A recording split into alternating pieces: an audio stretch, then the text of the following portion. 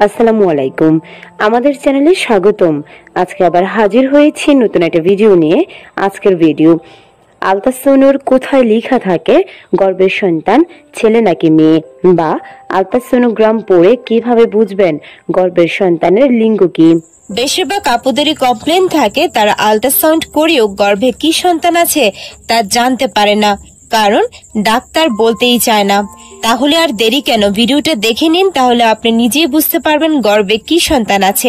আপনাদের সবার মনে প্রশ্ন আসতে পারে, আল্ট্রাসাউন্ড করার পরেও ডাক্তার কেন বলতে চায় না আপনার গর্ভে কি সন্তান আছে। সাধারণত আল্ট্রাসাউন্ড করা হয় গর্ভাবস্থার বিশেষ কিছু গুরুত্বপূর্ণ তথ্য পাওয়ার জন্য, যেমন আপনার গর্ভে কয়টি সন্তান আছে, মানে একের অধিক বাচ্চা আছে কিনা, প্রসবের তারিখ নির্ধারণ, বাচ্চার বয়স নির্ধারণ, গর্ভজাত শিশুর সুস্থ আছে কিনা, গর্ভফল সঠিক অবস্থানে আছে কিনা, অ্যামনিওটিক ফ্লুইডের পরিমাণ, বাচ্চার ওজন এবং পজিশন। এত সব গুরুত্বপূর্ণ বিষয়ের ক্ষেত্রে বাচ্চার লিঙ্গ জানাটা খুবই ক্ষুদ্র বিষয়। তাছাড়া এটা বেআইনিও বটে, কারণ সবার মানসিকতা এক নয়। চাহিদা মতো সন্তান না পেলে অনেকে গর্ভপাত ঘটাতে পারে। তবে আজকে আমরা যেই সাংকেতিক চিহ্নের কথা বলবো, যার আল্ট্রাসাউন্ড রিপোর্টে দেয়া থাকে, এটা আপনি নিজেই বুঝতে পারবেন। এতে আইনও ভাঙা হবে না আশা করছি। আল্ট্রাসাউন্ড রিপোর্টে FHR শব্দটি লেখা থাকে, আমরা অনেকে হয়তো খেয়াল করি না। FHR মানে ফেটাল হার্ট রেট, অর্থাৎ আপনার গর্ভের সন্তানের হৃদস্পন্দনের হার।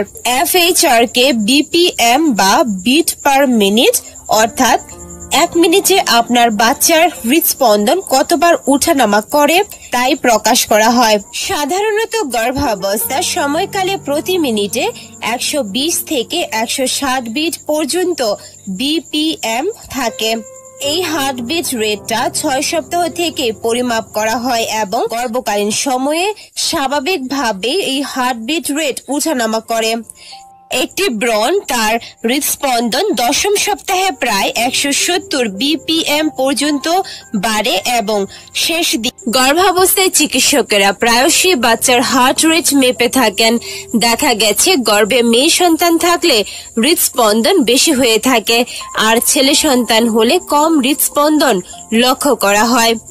6 মাসের উপরের সময়ে যদি আল্ট্রাসাউন্ড করে দেখা যায় বাচ্চার হার্ট রেট 140 থেকে 160 বিট প্রতি মিনিটে রয়েছে, তাহলে জানবেন মেয়ে বাচ্চায় জন্ম নিতে চলেছে। আর যদি বাচ্চার হার্ট রেট 130 থেকে 140 বিটের মধ্যে থাকে প্রতি মিনিটে, তাহলে আপনার পুত্র সন্তান হতে চলেছে বলে প্রায় শিওর থাকুন। আল্ট্রাসাউন্ড রিপোর্টের একমাত্র এই FHR দেখে বোঝা যাবে আপনার সন্তানের লিঙ্গ। এখন আপনাদের মনে প্রশ্ন আসতে পারে, আলট্রাসোনোগ্রাম রিপোর্টের কোথায় লেখা থাকে সন্তানের লিঙ্গ। এটি কয়েক ভাবে লেখা হতে পারে, কোনো রিপোর্টে লেখা নাও থাকতে পারে।